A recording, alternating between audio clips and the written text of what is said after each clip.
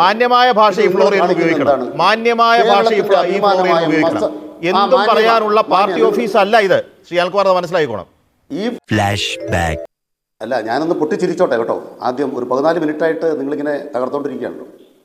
കേരളത്തിൽ 9.5 കൊല്ലമായി അധികാരത്തിൽ ഇരിക്കുന്ന കമ്മ്യൂണിസ്റ്റ് പാർട്ടിയുടെ 2 ഗവൺമെൻറ്റുകൾ, അതിലെ അഭിമാനികളായ മന്ത്രിമാർ, വളരെ അഭിമാന പുരസ്സരം തലയുയർത്തി നിൽക്കുന്നൊരു കമ്മ്യൂണിസ്റ്റ് പാർട്ടി, അതിൻ്റെ നേതാക്കൾ, അവരെക്കുറിച്ചെല്ലാം ഏതെങ്കിലും ഒരു വാറോലെ ആരെങ്കിലും ഉണ്ടാക്കിയാൽ അത് വെച്ചിട്ട് ചർച്ച ചെയ്യാനിരിക്കുന്ന ഈ നാട്ടിലെ മാധ്യമങ്ങളെ ഓർത്ത് കേരളത്തിലെ ജനങ്ങൾ തിരിച്ചറിയുമെന്നുള്ള സന്തോഷമാണ് ഞാൻ പങ്കിടുന്നത്.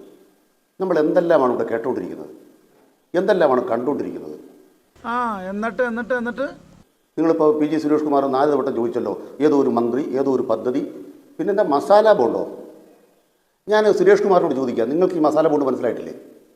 മസാല ബോണ്ട് എന്ന് പറയുന്നത് ഒരു ഷെയർ മാർക്കറ്റ് പോലെ നടക്കുന്ന ഒരു ഓഹരി കമ്പോളല്ലേ?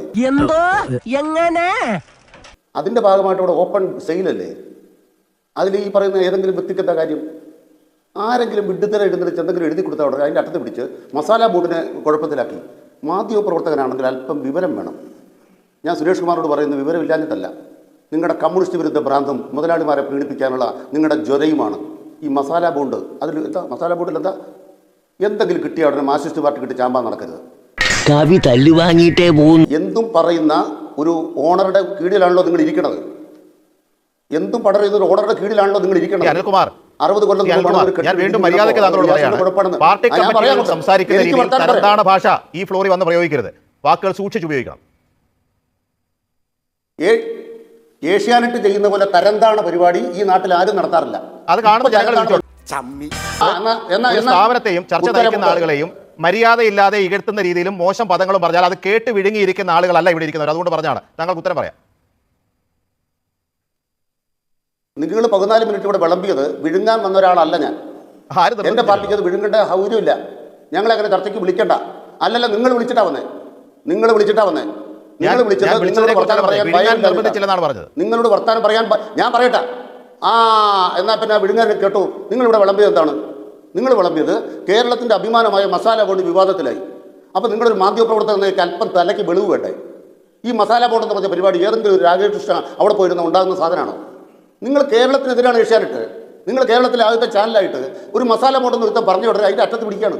അതുകൊണ്ട് പറയാൻ ആഗ്രഹിക്കുന്നത് കുറെ നേതാക്കന്മാരെ മസാല ബോണ്ടിനെ കുറിച്ച് CPM പ്രതിനിധി ഇവിടെ വല്ലാതെ അങ്ങ് വേവലാതിപ്പെട്ടത് കൊണ്ട് തന്നെ അതങ്ങ് പറയാം. കാരണം ഈ മസാല ബോണ്ടുമായി ബന്ധപ്പെട്ട് അന്ന് തന്നെ പ്രതിപക്ഷം ആരോടും ഉന്നയിച്ചിരുന്നു. അതിന്റെ കാരണം ഈ മസാല ബോണ്ട് എന്ന് പറഞ്ഞാൽ നമ്മളൊരു പബ്ലിക് ഓപ്ഷനായിട്ട് വെക്കുന്ന ഒന്നാണ്. അത് ആർക്കും മേടിക്കാം. ലണ്ടൻ സ്റ്റോക്ക് എക്സ്ചേഞ്ചിൽ ഇത് വെച്ചു. പക്ഷെ ലണ്ടൻ സ്റ്റോക്ക് എക്സ്ചേഞ്ചിൽ വെച്ച മസാല ബോണ്ടിന്റെ ബഹുഭൂരിപക്ഷം എന്ന് പറഞ്ഞാൽ 90% മുകളിൽ മേടിച്ചത് CDPQ എന്ന് പറയുന്ന കനേഡിയൻ കമ്പനിയാണ്.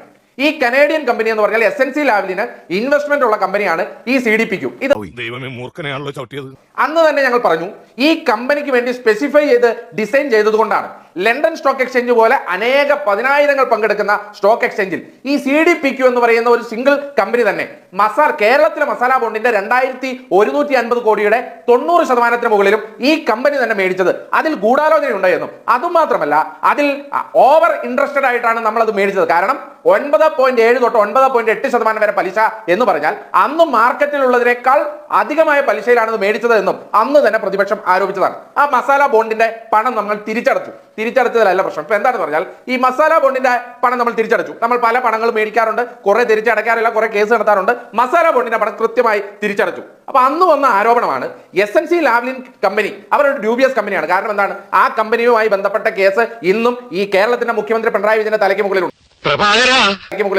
ഈ 2,150 കോടി രൂപയുടെ മസാല ബോണ്ടുമായി ബന്ധപ്പെട്ട ആ ബോണ്ടിന്റെ ഭൂരിഭാഗവും 95% മേടിച്ചിരിക്കുന്നത് ഈ കമ്പനി തന്നെയാണ്. അപ്പോഴാണ് ഈ ഷർഷാദ് വന്നിട്ട് പറയുന്നത് ചെന്നൈ ആസ്ഥാനമായി കിങ്ഡം സെക്യൂരിറ്റീസ് എന്ന് പറയുന്ന ഒരു കമ്പനി ഉണ്ടാക്കി റിവേഴ്സ് ഹവാല നടത്തി. എന്താണ് റിവേഴ്സ് ഹവാല?